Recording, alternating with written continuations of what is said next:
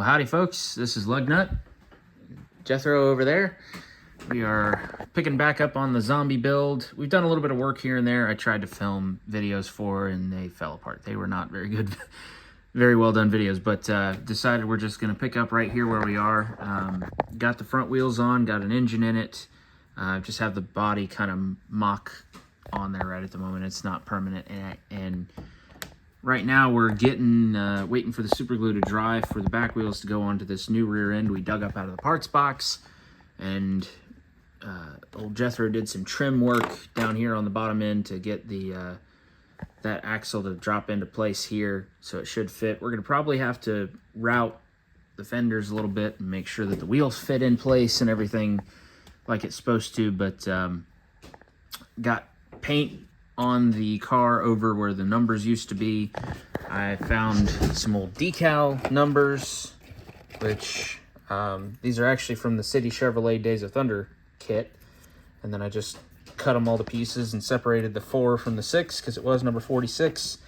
So now we have a 9 or a 6 that we can use. And I think it's going to be number either 6 or 9 because he has an old 57 Chevy model that he did, like an old dirt track racer, that's the 8-ball.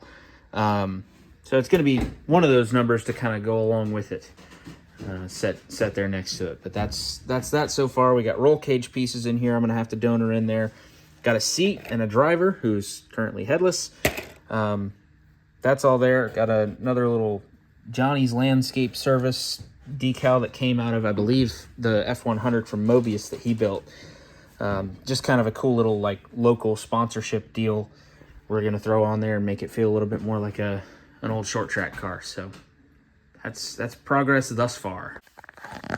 The rear axle is in. I'm not touching it or showing you because it just got finished being put in. But it's in place. The wheels are back on it. Old Jethro got out the Dremel and we routed the rear fenders so it'll hopefully fit the rear tires. We'll have to wait for this to dry and do some test fitting on that to make sure that it's all good, and we can route some more if we need to. But if it's a little more than necessary, then it's okay. It was supposed to be kind of a dirt car anyway, even though it's got slick tires. We're going to ignore that.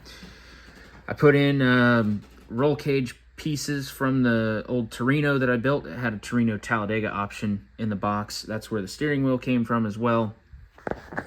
Still got the seat in here that I'm going to probably end up using. I'm only using that seat because it fits the driver sort of fairly well, because it's obviously not a racing seat, but since there's going to be a driver sitting on it, I don't really care.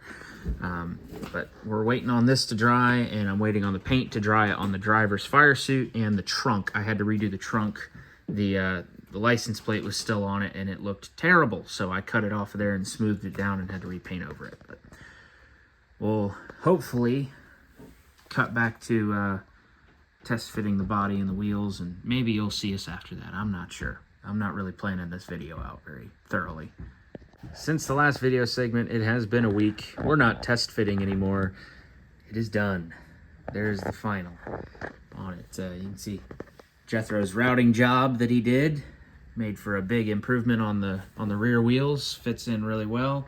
We just put the bumpers on it a couple of minutes ago and got that all finalized. That's just old recycled pieces of sprue from a couple of kits, along with some styrene tubing there. And then decals are all on. There's the landscaping, the numbers. I went with 6 just to kind of keep 6 and 8, the even numbered teammates. I like the way that looked a little bit better. And that's about it for the car. You can see the name on there. I won't explain it. You can figure it out if you don't already know. And there is the driver that's sitting in there. Got done with the paint on him. He's apparently a one-eyed bandit, because when I went to paint the helmet, the gloss black drooped into one of his eye goggles and not the other one, and I figured I'd probably better leave well enough alone before I mess it up trying to change it. So that's that. But had to modify the roll cage a little bit to get him to fit in there, and I don't think his hands are touching the steering wheel, but I don't care. That's that. The car is completed. Only took about 8 years to do. So that's it for the zombie build. I want to thank you guys for letting me come onto the channel and do this, and appreciate you guys watching and supporting as always. Any comments, Jethro? No comment. All right. As usual, Plead the fifth. he's stiff with the press these days, you know. Well, thank you all for tuning in and watching. He's over there chipping away at his big rig group build. Y'all should be seeing an update from him pretty soon on that. It's looking really good. I'll tell you behind the scenes. I'm excited for this one. Y'all take it easy. I'll show you a picture at the very end here. I'm going to set this car next to the car I decided to build this as a companion piece for even all those years ago. So thank you guys for watching. We appreciate you. We'll see you in the next one.